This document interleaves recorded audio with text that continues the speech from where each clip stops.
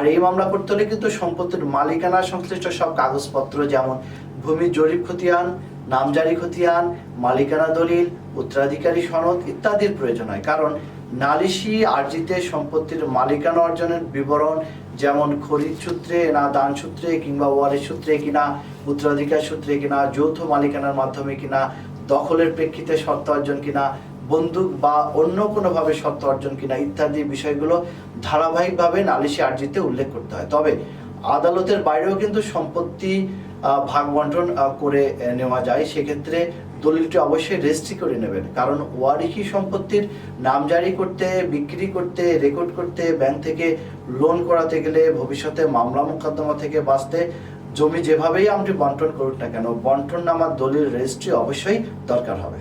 আর এই মামলা করতে হবে মামলার বিরোধ দেওয়ার 6 বছরের মধ্যে আদালতে যেতে হয়, নতুবা তামাদি দোষে বাড়িতে।